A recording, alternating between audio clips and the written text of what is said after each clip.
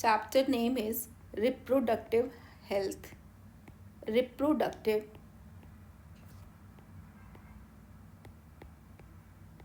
health.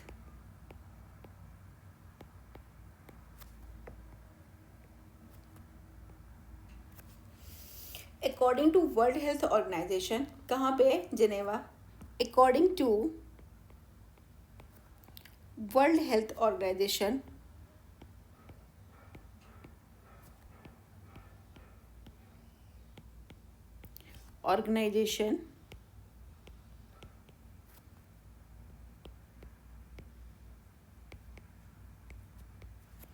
कहाँ पे? Geneva. Reproductive health means a total well-being in all aspects of reproduction. देखो, जो world health organisation Geneva में है, इन्होंने रिप्रोडक्टिव हेल्थ की डेफिनेशन क्या दी है कि सिर्फ ये नहीं कि गोनाड्स हेल्दी हों या आपका रिप्रोडक्टिव ऑर्गन हेल्दी हो तो that is called reproductive healthy. No, अगर आप ऑल एस्पेक्ट्स में हेल्दी है, means physically, emotionally, behaviourally, socially, means अब फिजिकली रिप्रोडक्शन आपके गोनाड्स हेल्दी हों, आपका रिप्रोडक्टिव ऑर्गन जो है वो हेल्दी है, इमोशनली आप रिप्रोडक्टिवली हेल्दी होने चाहिए, ऐसे बिल्कुल राक्षस नहीं होने चाहिए कि. एंड बिहेवियरली क्या है कि बिहेवियर के थ्रू भी आप रिप्रोडक्टिव हेल्दी होने चाहिए, आपका बिहेवियर टुवर्ड्स पॉजिटिव होना चाहिए, सोशली भी होने चाहिए. ये नहीं कि आप अनाप्शन आप सोशल में बैठ के, सोसाइटी में बैठ के कुछ भी बात करते जा रहे हैं, जैसे कि बॉयज़ एंड गर्ल्स के लिए कुछ बोल रहे हैं, गर्ल्स या बॉयज़ के लिए कुछ बोल रही हैं, या किसी भी तरीके की आप बात कर रहे हैं. तो अगर इस तरह की बात आप कर रहे हैं ना, तो इसका मतलब आप रिप्रोडक्टिव हेल्दी नहीं है. तो इन ऑल एस्पेक्ट्स में अगर आप हेल्दी बिहेवियर शो कर रहे हैं, देन आपको टोटली बोल सकते हैं कि आप टोटली रिप्रोडक्टिव हेल्दी हो. तो जिनेवा क्या था बेटा? Reproductive health means reproductive health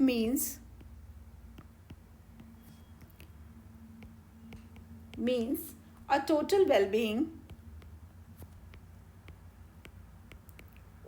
a total well-being in all aspects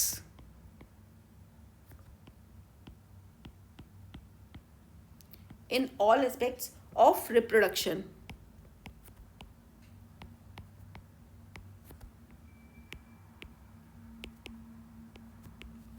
okay, जैसे फिजिकल,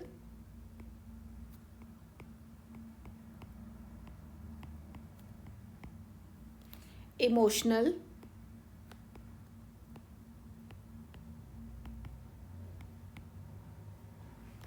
बिहेवियर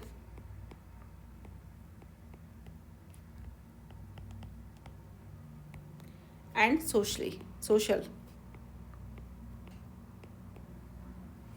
ठीक है. अब नेक्स्ट क्या है कि रिप्रोडक्टिवली हेल्दी सोसाइटी क्या होती है? रिप्रोडक्टिवली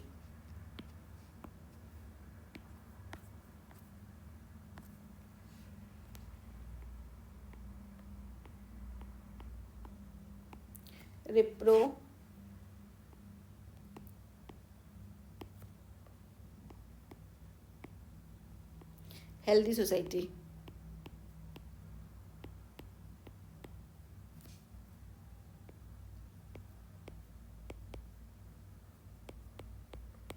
क्या होती है?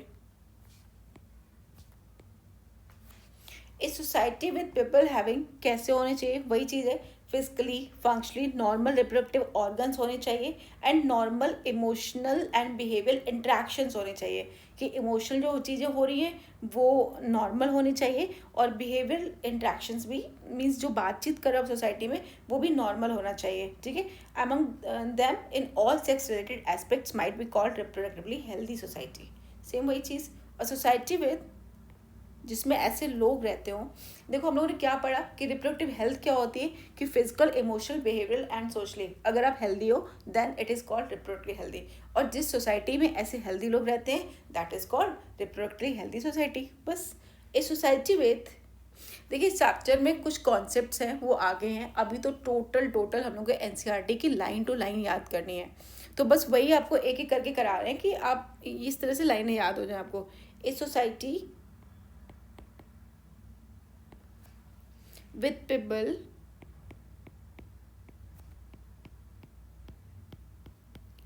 having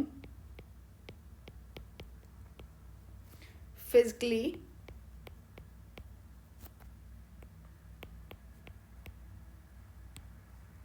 and functionally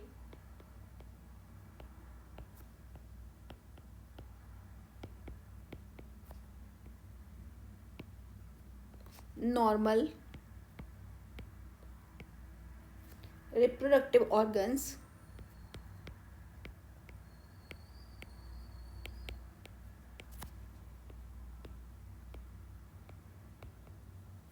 and normal emotional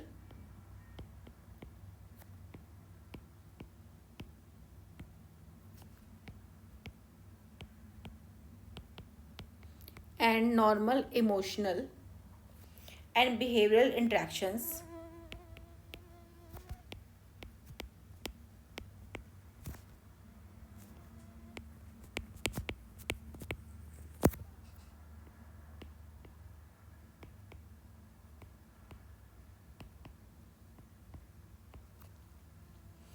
among them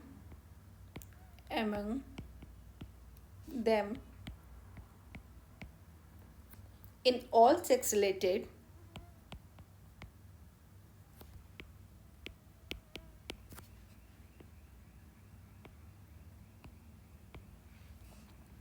aspects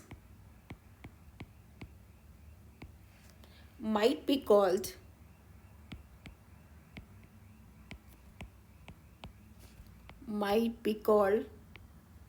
reproductively healthy society. ठीक है.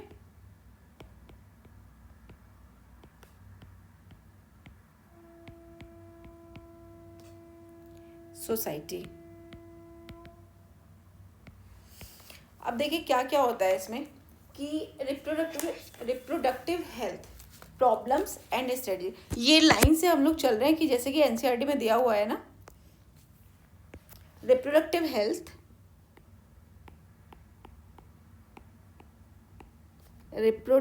हेल्थ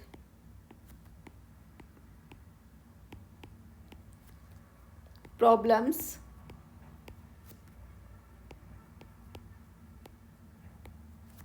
एंड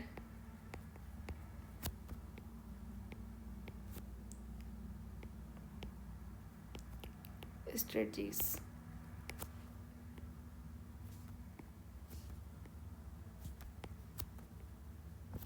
ठीक है. पहली बात तो इतने सारी कंट्रीज में इंडिया फर्स्ट कंट्री थी, सारी कंट्रियों में जिसने, पूरे वर्ल्ड में फर्स्ट कंट्री थी इंडिया, कि जिसने इनिशिएटिव्स लिए, एक्शन प्लान्स के and programmes at national level पे. ठीक है. तो और इसको बोला क्या गया, फैमिली प्लानिंग इनिशिएटेड कब हुआ था, 1951 में, और बाद में इसको क्या नाम दिया गया, RCH, मतलब reproductive and child health care programme. तो इंडिया वॉज, ये क्वेश्चन आता है, India was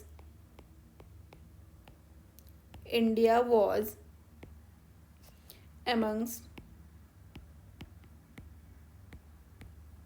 the first countries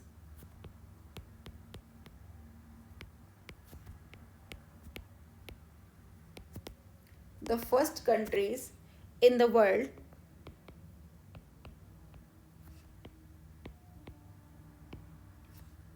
to initiatives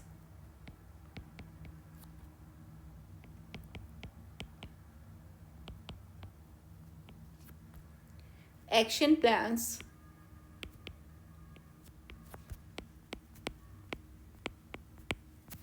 and programs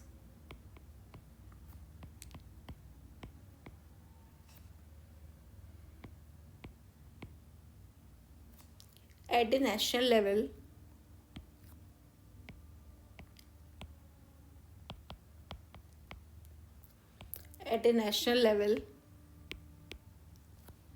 to attain total reproductive health,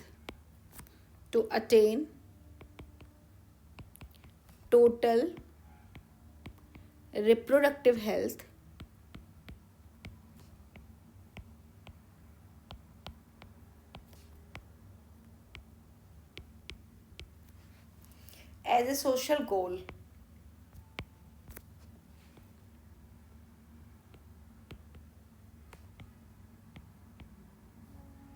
ठीक है। These programmes called family planning were initiated कब हुआ था? इन 1951 में। These programmes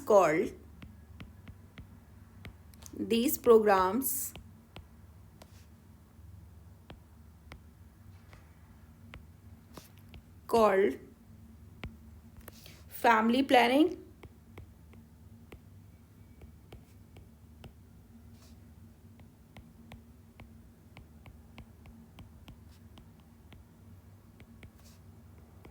were initiated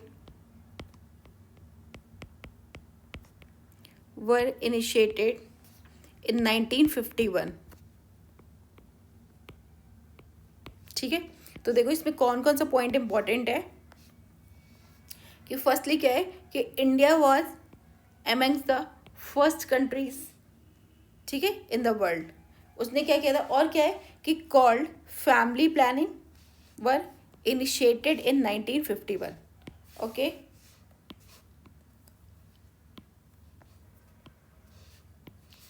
okay, चलो सेकंड पॉइंट क्या है,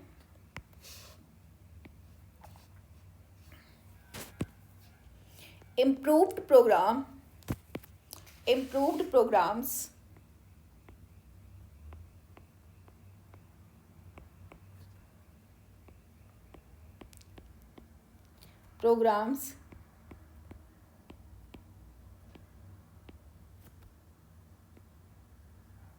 covering wider reproduction, programs covering wider reproduction,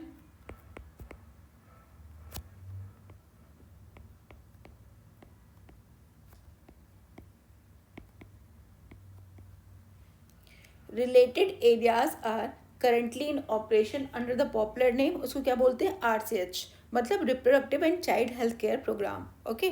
covering wider reproduction related areas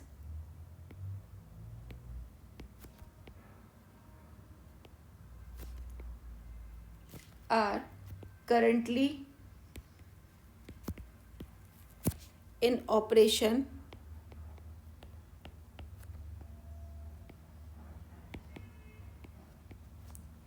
under the popular name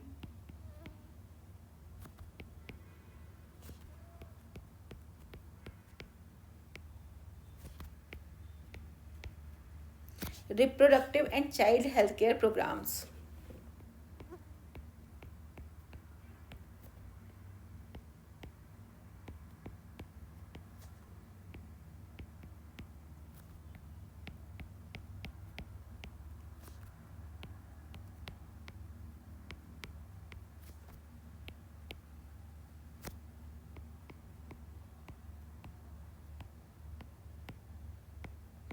that is called RCH। ठीक है, इसको अब इससे हाईलाइट कर लो कि थोड़ा ज़्यादा वो हो जा रहा है, ऐसे कर लेते हैं।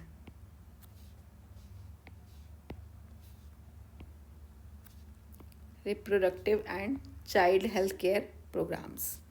ओके।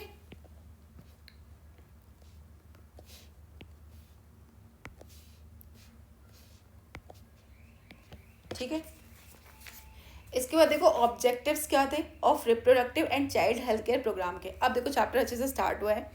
अब इसमें देखो क्या है बेटा, ऑब्जेक्टिव्स ऑफ, हेडिंग डालो ऑब्जेक्टिव्स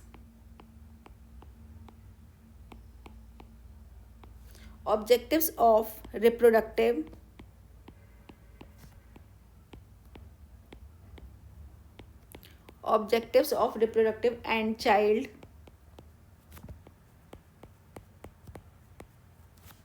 हेल्थ केयर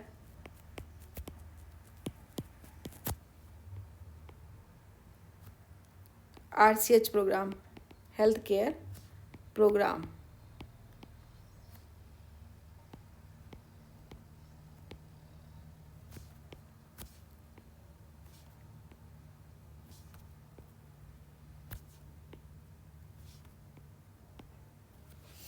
इसमें क्या है कि awareness about reproduction related aspects, क्या क्या होती है? अवेयरनेस अबाउट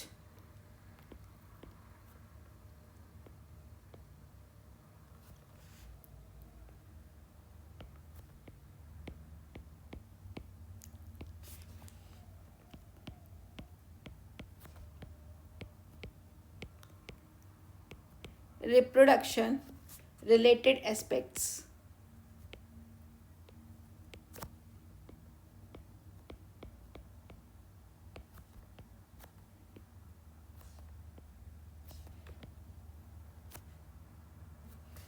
जैसे with the help of audio visual, मतलब पहले रेडियो चलते थे, टीवी चलते थे, या न्यूज़पेपर में छपवा के गवर्नमेंट ने एंड नॉन गवर्नमेंट एजेंसीज ने बहुत सारे स्टेप्स लिए थे अवेयरनेस के लिए। और देखो ये हमेशा याद रखना कि सिर्फ गवर्नमेंट ने नहीं लिया था, ये लाइन टू लाइन एनसीईआरटी की। और आपको याद रखना है कि किसकी हेल्प से हुआ था?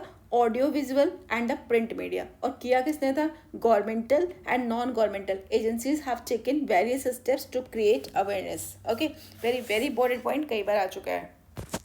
इसमें तो डायरेक्ट एनसीईआरटी की लाइनें ही आती है ना, तो आपको याद ही करना पड़ेगा और कोई दूसरा ऑप्शन नहीं है। With the help of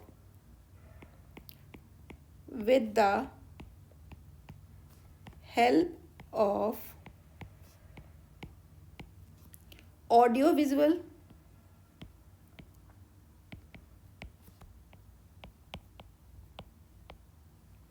and the print media,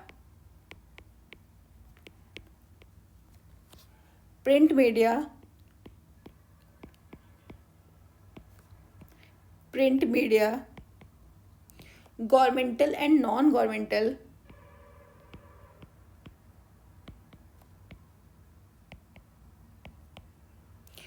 non-governmental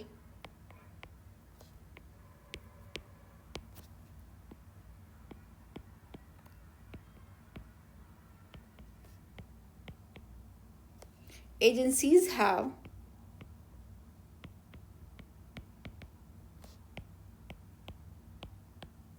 taken various steps to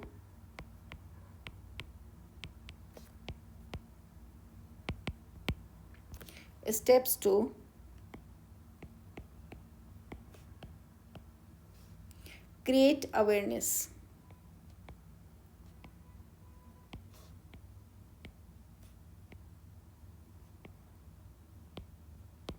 ठीक है। A major role is also played by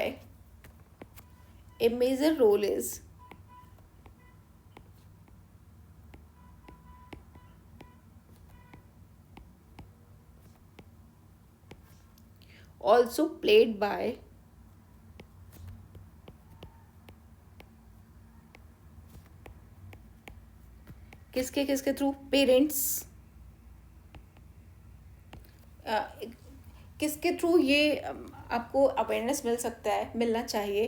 parents के थ्रू, क्लोज रिलेटिव्स के थ्रू, टीचर्स के थ्रू एंड फ्रेंड्स के थ्रू। ओके, तो but कोई भी teachers आजकल तो आप देख ही रहे हो, कोई फ्रेंड्स कुछ नहीं, क्लोज रिलेटिव, ये सब 90% रेप जो होते हैं ना वो घर के अंदर ही होते हैं। तो आप किसी भी क्लोज रिलेटिव पे भरोसा नहीं कर सकते हो, किसी टीचर पे नहीं कर सकते हो। ऐसा नहीं है कि कोई भी अच्छा नहीं होता है, बहुत सारे लोग अच्छे भी होते हैं, बट इन सब का रोल होता है। अब एनसीईआरटी में लिखा है तो आपको याद करना पड़ेगा, बट रियलिटी ऐसी कुछ है नहीं। Parents, close relatives,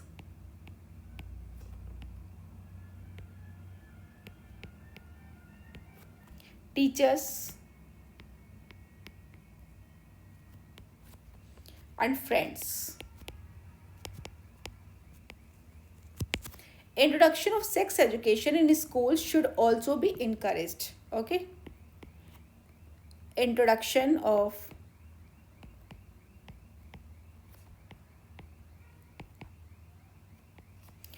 sex education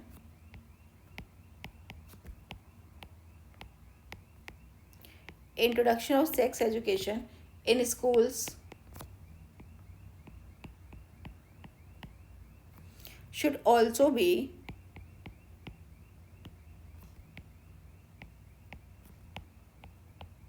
encouraged।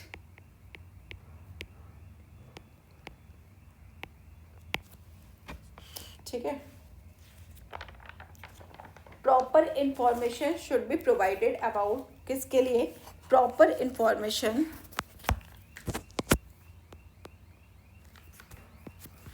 Proper information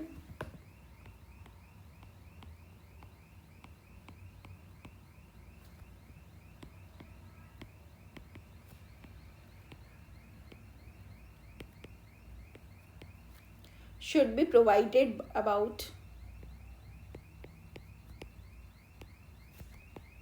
should be provided about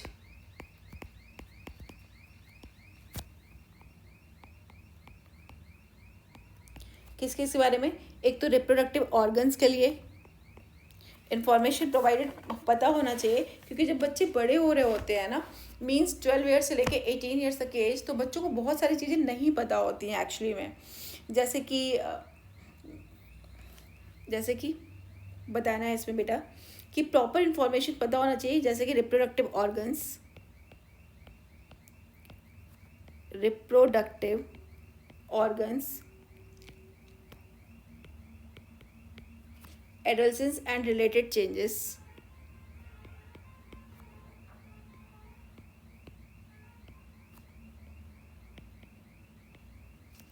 and related changes,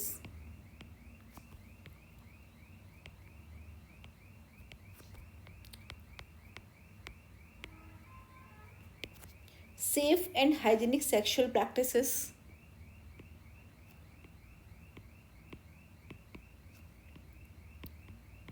safe and hygienic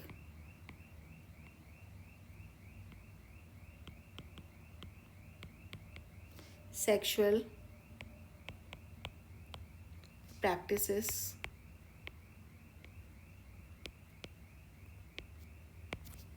sexually transmitted disease, STD के बारे में, sexually transmitted disease,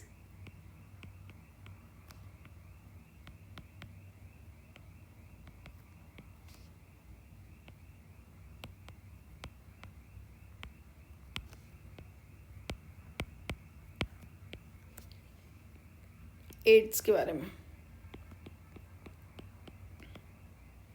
ठीक है, तो प्रॉपर इंफॉर्मेशन प्रोवाइडेड होनी चाहिए किसके किसके लिए? रिप्रोडक्टिव ऑर्गन्स के बारे में पता होना चाहिए, एडोलेसेंस एंड रिलेटेड चेंजेस, जैसे कि प्यूबर्टी एज आती है बॉयज़ में एंड गर्ल्स में भी आती है, मेंस्ट्रुअल साइकिल स्टार्ट हो जाती है, तो जैसे कुछ गर्ल्स होती हैं बहुत डर जाती हैं, उनको पता नहीं चलता है। और सिर्फ ऐसा नहीं कि सिर्फ ये चेंजेस रहते हैं, इस वजह से बॉडी में और भी बहुत सारे चेंजेस आते हैं, हार्मोन्स चेंज होते हैं, उनके मूड्स चेंज होते हैं।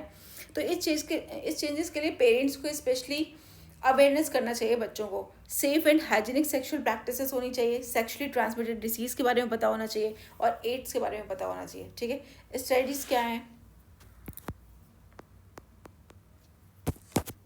Strategies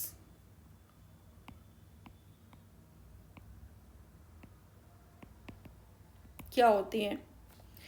people specially fertile couples, अब ऐसा थोड़ी ना कि कोई ओल्ड पीपल है तो उसको बताने से कुछ फ़ायदा नहीं है, ठीक है ना।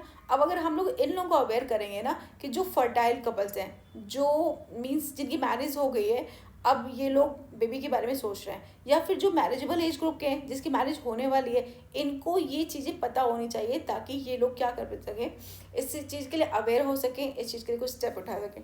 People especially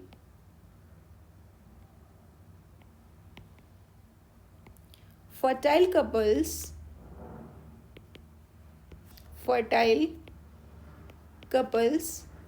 and those in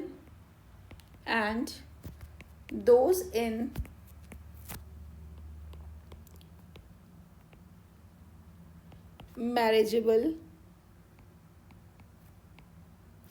age group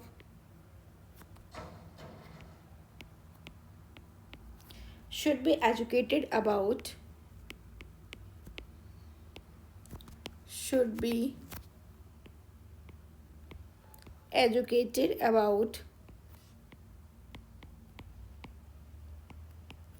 किस किस के बारे में? एक तो अवेलेबल बर्थ कंट्रोल,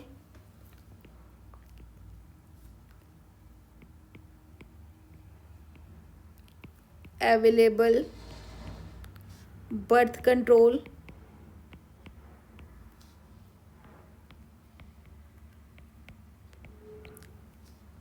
ऑप्शंस, मतलब क्या होता है, कॉन्ट्रासेप्टिव मेथड्स,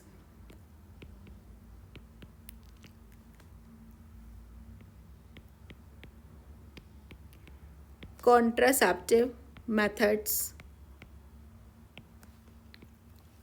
सेकंड क्या है, केयर ऑफ प्रेग्नेंट मदर्स। पहली बात तो देखो, अभी लाइन से याद करना, देखना कितने सीक्वेंस में दिया हुआ है कि सबसे पहले किनको एजुकेटेड करना है, फर्टाइल कपल्स को, एंड किसको, मैरिजेबल एज ग्रुप को, जिनकी शादी हो गई है, जो बेबीज करने वाले हैं, या फिर जो शादी के लिए तैयार हैं, उसके बाद बेबी करेंगे।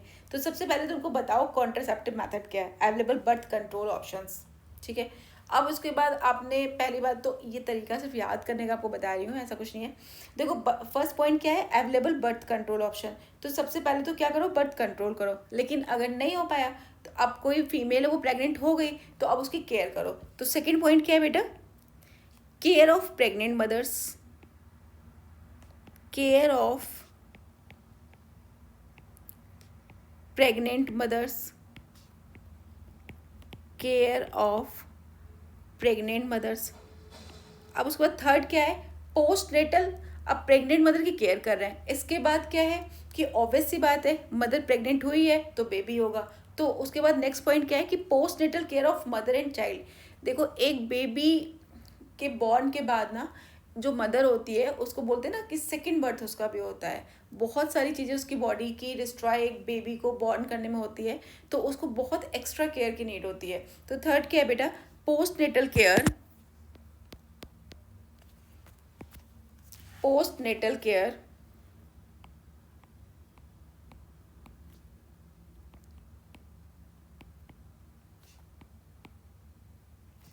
of the mother and child, of the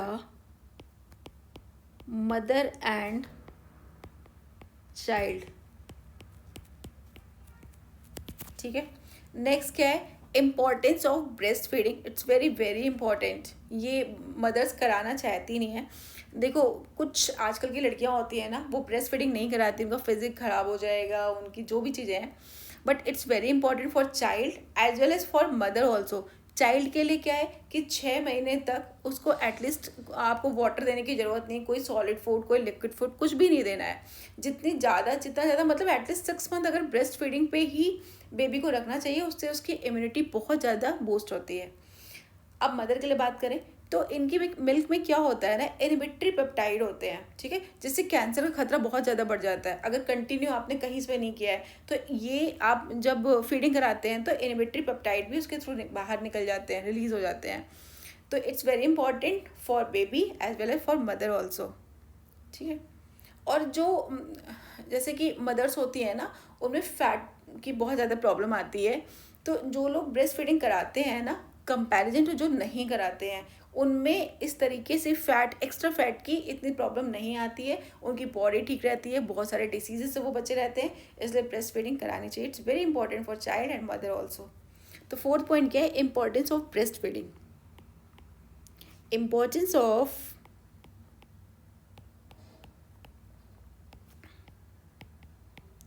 importance of breastfeeding।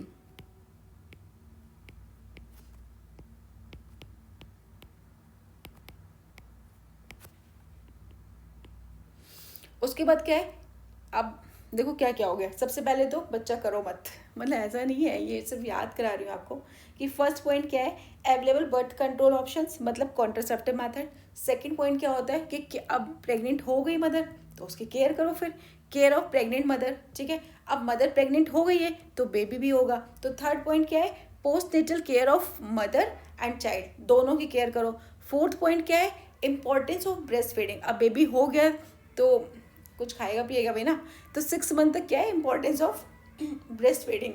इसके बाद नेक्स्ट पॉइंट क्या है कि जो बेबी हुआ है, अभी हमने उसकी बात तो की नहीं कि वो मेल बेबी, मतलब बेबी बॉय है, बेबी गर्ल है, कोई भी हो, तो उसको इक्वल अपॉर्चुनिटी दो। अदरवाइज ऐसा ना हो कि फर्स्ट चाइल्ड आपकी गर्ल हो गई, सेकंड चाइल्ड गर्ल हो गई, तो आप ऐसे बॉय के चक्कर में 5 लड़कियां आपने पैदा कर दी, है ना, आपकी फाइनेंशियल कंडीशन सही नहीं है, और फाइनेंशियल कंडीशन की बात छोड़िए, वो तो आप किसी तरह कर ही लोगे, पॉपुलेशन भी तो कितनी ज़्यादा इंक्रीज हो रही है ना, उससे भी तो बहुत ज़्यादा दिक्कत है ना। इस पूरी अर्थ पे एक लिमिटेड अमाउंट ऑफ रहने की भी जगह है, एक लिमिटेड अमाउंट ऑफ खाने की भी चीज़ें हैं। तो अगर एक ही कपल जो है वो चार चार पाँच पाँच बच्चे पैदा करता रहेगा तो फिर दिक्कत हो जाएगी ना। तो इसलिए इक्वल अपॉर्चुनिटी दो। देखो आज के ज़माने में मेल फीमेल में कोई डिफरेंस नहीं है, जिसको साथ देना है तो वो बेटी भी दे देगी, नहीं देना है तो बेटा भी देगा। आजकल ऐसा तो है ना कि पेरेंट्स जो लड़के होते हैं वो पेरेंट्स के साथ रहते हैं, सब जॉब करने बाहर बाहर जाते हैं। तो इक्वल अपॉर्चुनिटी दीजिए, और आजकल कोई डिफरेंस है भी नहीं। I think equal opportunities, equal opportunities for the male, for the male and female child।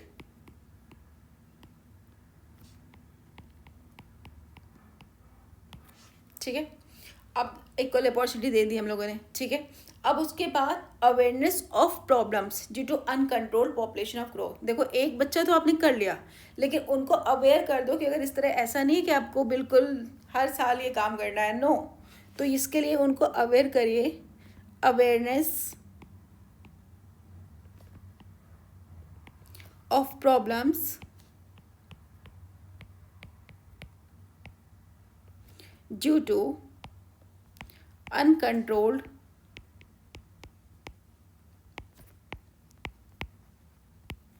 Population growth.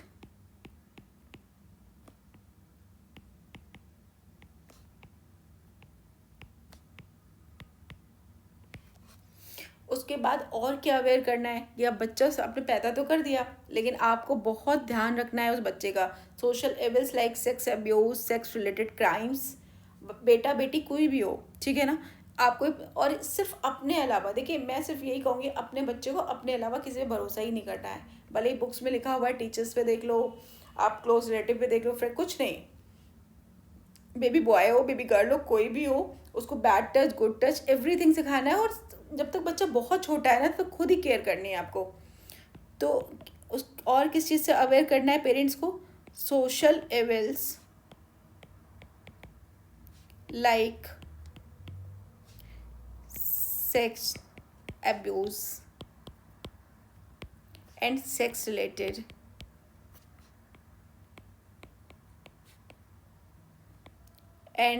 related crimes। Okay, उसके बाद देखो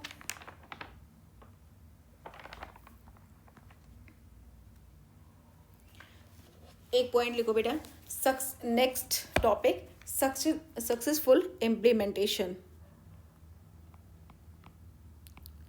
सक्सेसफुल इम्प्लीमेंटेशन।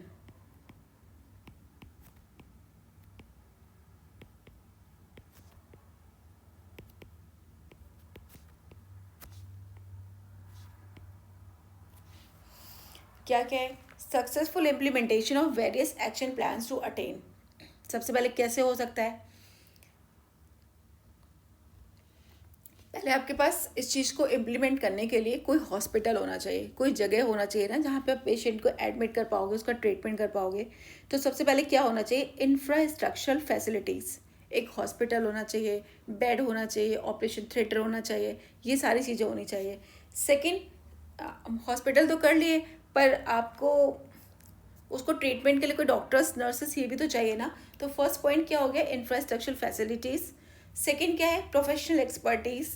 एंड थर्ड, आपके पास हॉस्पिटल भी है और आपके पास डॉक्टर्स भी हैं, लेकिन सामान भी तो होना चाहिए ना, वो करेंगे कैसे। तो थर्ड पॉइंट क्या हो जाएगा, मटेरियल सपोर्ट। तो लिखो बेटा, successful implementation of successful implementation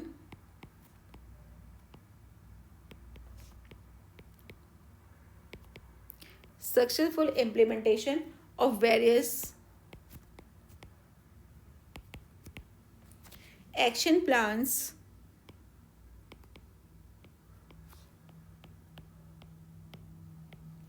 to attain first क्या है, इंफ्रास्ट्रक्चरल फैसिलिटीज, इंफ्रास्ट्रक्चरल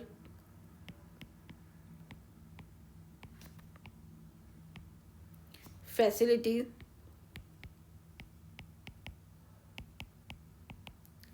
सेकेंड क्या है, प्रोफेशनल एक्सपर्टीज,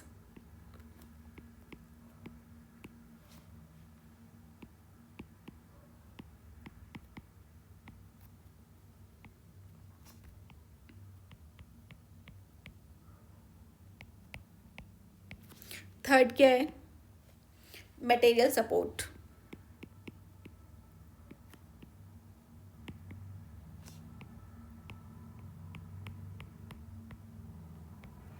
ठीक है, these are essential to provide medical assistance and care to people in reproduction related problems, like कैसी कैसी प्रॉब्लम कर सकते हैं, जैसे pregnancy, delivery, STDs, abortions, contraception, menstrual problems, infertility और इस तरह की बहुत सारी। तो these are essentials, these are essential, these are essential to provide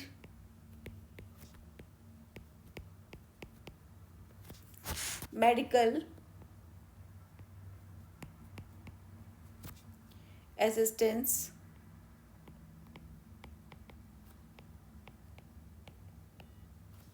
and care to people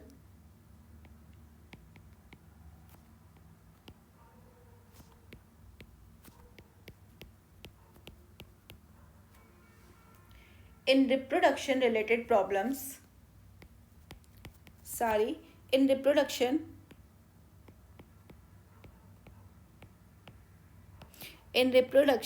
related problems, like problems like, देखो बेटा, these are essential to provide medical assistance and care to people in reproduction related problems। कैसी कैसी, सारी जो भी आपकी reproduction problem होती है, like first pregnancy,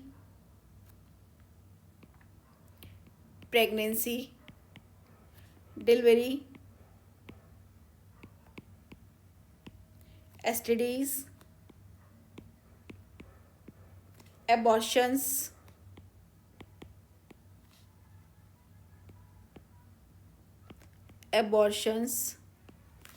contraception,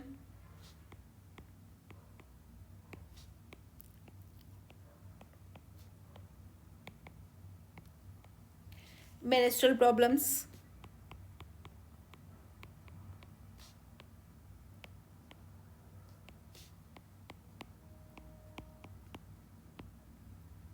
infertility,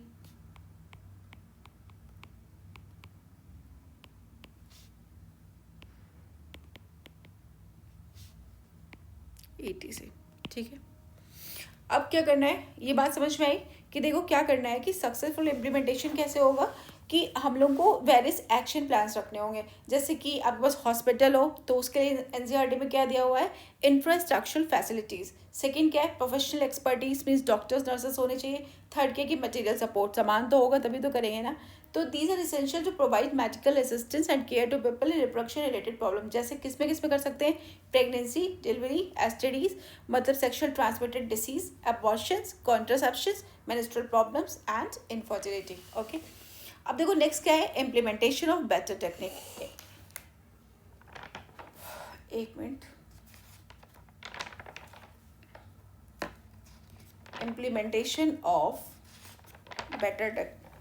implementation of better techniques।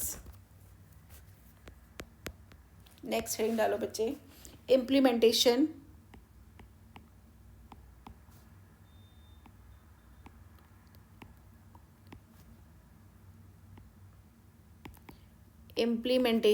of better technique।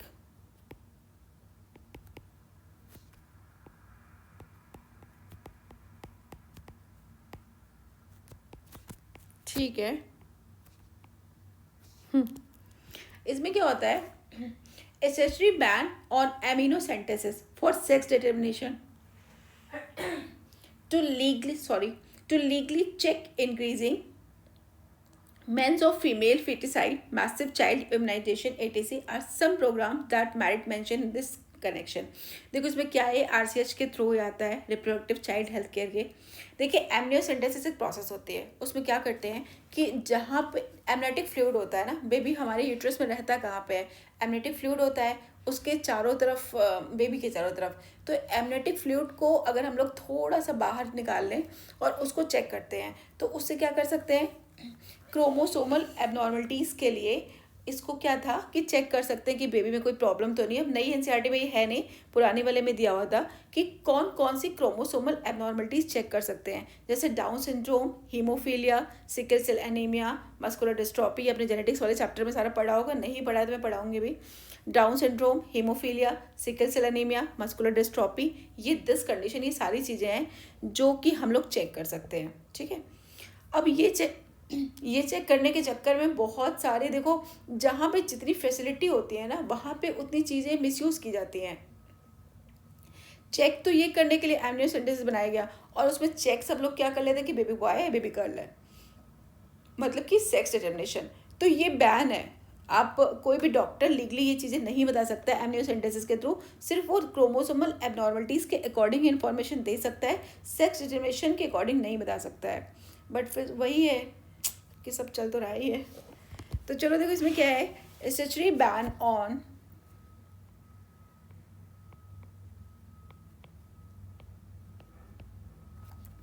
Ban on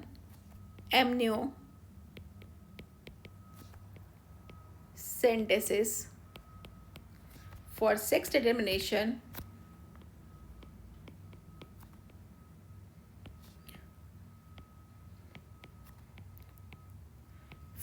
determination to legally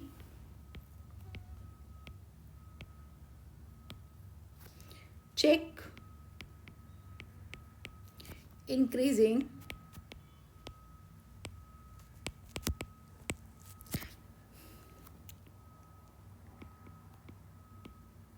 of female feticides,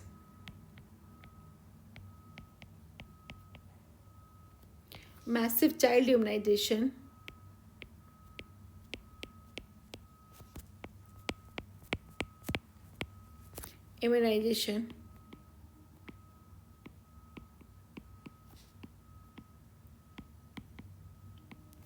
etc. are some programs that merit mention in this connection. Okay, are some programs that merit mention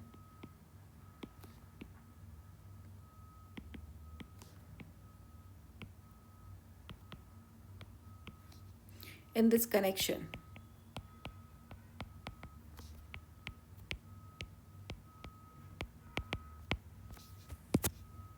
ठीक है. अब देखो इसमें क्या है, और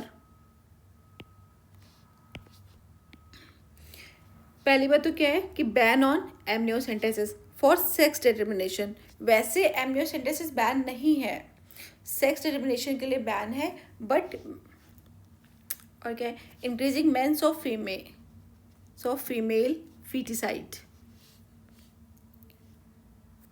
massive child immunisation, ATC are some programme. Means आप इसको सेक्स डिटर्मिनेशन के लिए यूज़ नहीं कर सकते, बट आप इसको क्रोमोसोमल एबनॉर्मलिटीज़ के लिए यूज़ कर सकते हैं. तो चलो एक बार देख लेते हैं कि व्हाट इज़ एमनियोसेंटेसिस. मैं इसका डायग्राम नहीं बनाऊंगी, बस आप समझ लो कि सिर्फ क्या होता है कि जो फीमेल होती है ना, जो प्रेग्नेंट फीमेल होती है, उसके यूट्रस से थोड़ा सा एमनियोटिक फ्लूइड सिरिंज के थ्रू निकाल लेते हैं. ठीक है. और उसको क्रोमोसोमल एबनॉर्मलिटीज़ के लिए चेक करते हैं. तो what is amniocentesis. Amniocentesis. A procedure performed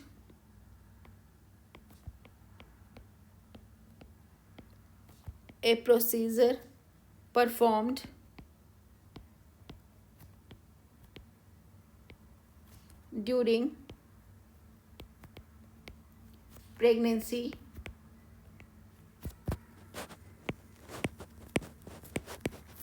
to obtain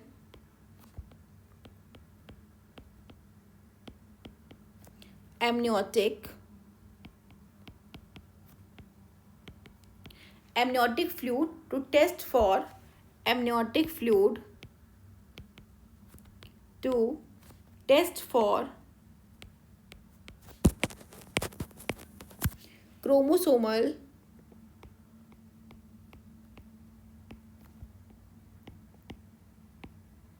abnormalities,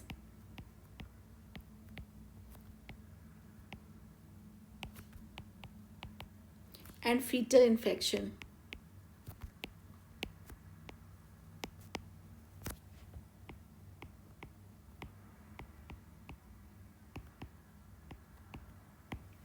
Conditions it may diagnose: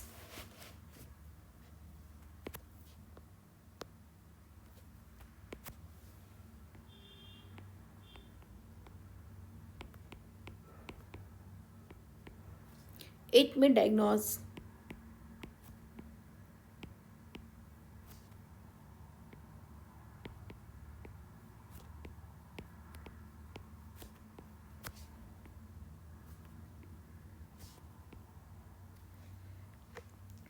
this procedure is used to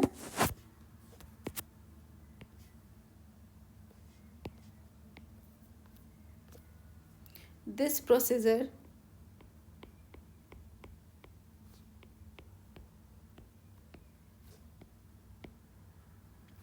is used to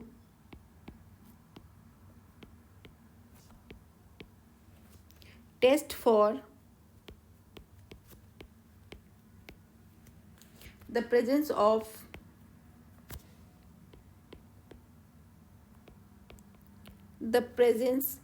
certain genetic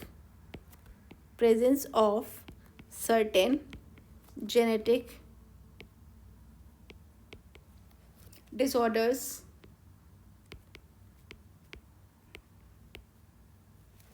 such as down syndrome. ये नई वाली NCERT में नहीं है बट आप लिख लो, जैसे डाउन सिंड्रोम, हीमोफीलिया,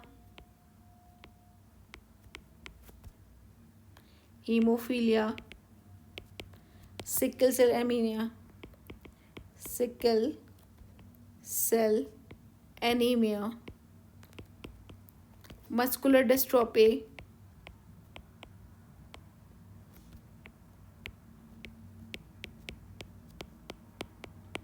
ETC.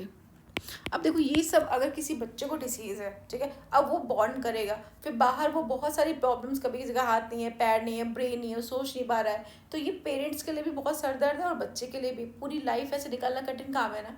और एक बार कोई बेबी बॉर्न हो जाता है तो वो बच्चा चाहे जैसा भी हो ना, क्योंकि 9 मंथ मदर उसको अपने मतलब यूट्रस में रखती है, तो एक अटैचमेंट हो जाता है. उसके बाद बेबी पैदा होने के बाद फिर तो बहुत दिक्कत वाली बात है. तो अच्छा है कि देखो प्रेग्नेंट तो दोबारा भी हो जाएगी ना, इसलिए क्रोमोसोमल एबनॉर्मलिटीज़ चेक करना बहुत ज़रूरी है, क्योंकि ऐसे बच्चे अगर बॉर्न हो जाते हैं तो पेरेंट्स के लिए भी बहुत दिक्कत होती है और इंडिविजुअल उस बच्चे के लिए भी बहुत दिक्कत है. पूरी लाइफ कैसे सर्वाइव करेगा, है ना. ठीक है, तो ETC and determine the survivability of the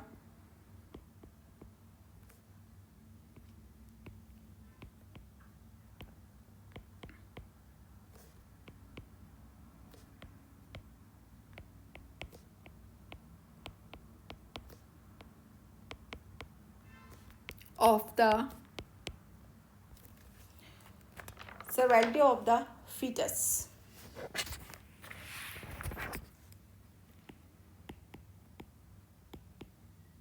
ठीक है. मिसयूज क्या होता है? मिसयूज तो किया ही जाएगा. Misuse of amniocentesis.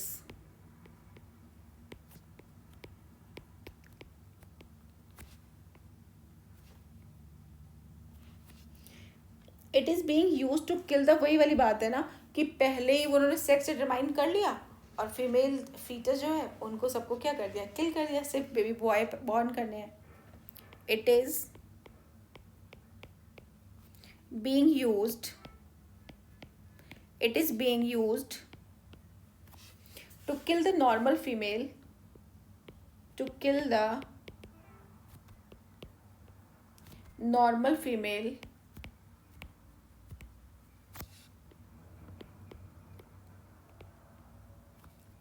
fetus. Procedure क्या होता है,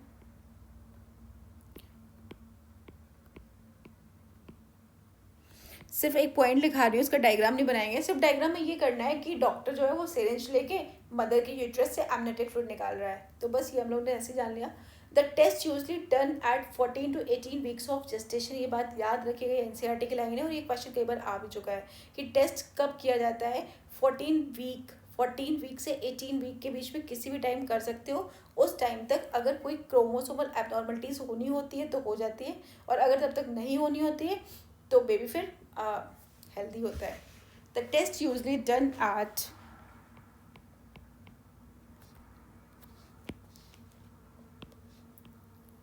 the test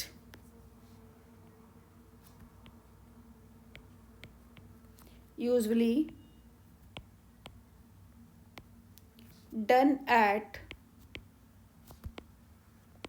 14 to 18 weeks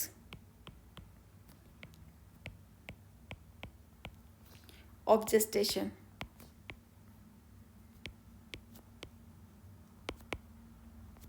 ठीक है, ये तो आपका हो गया एमनियोसेंटेसिस.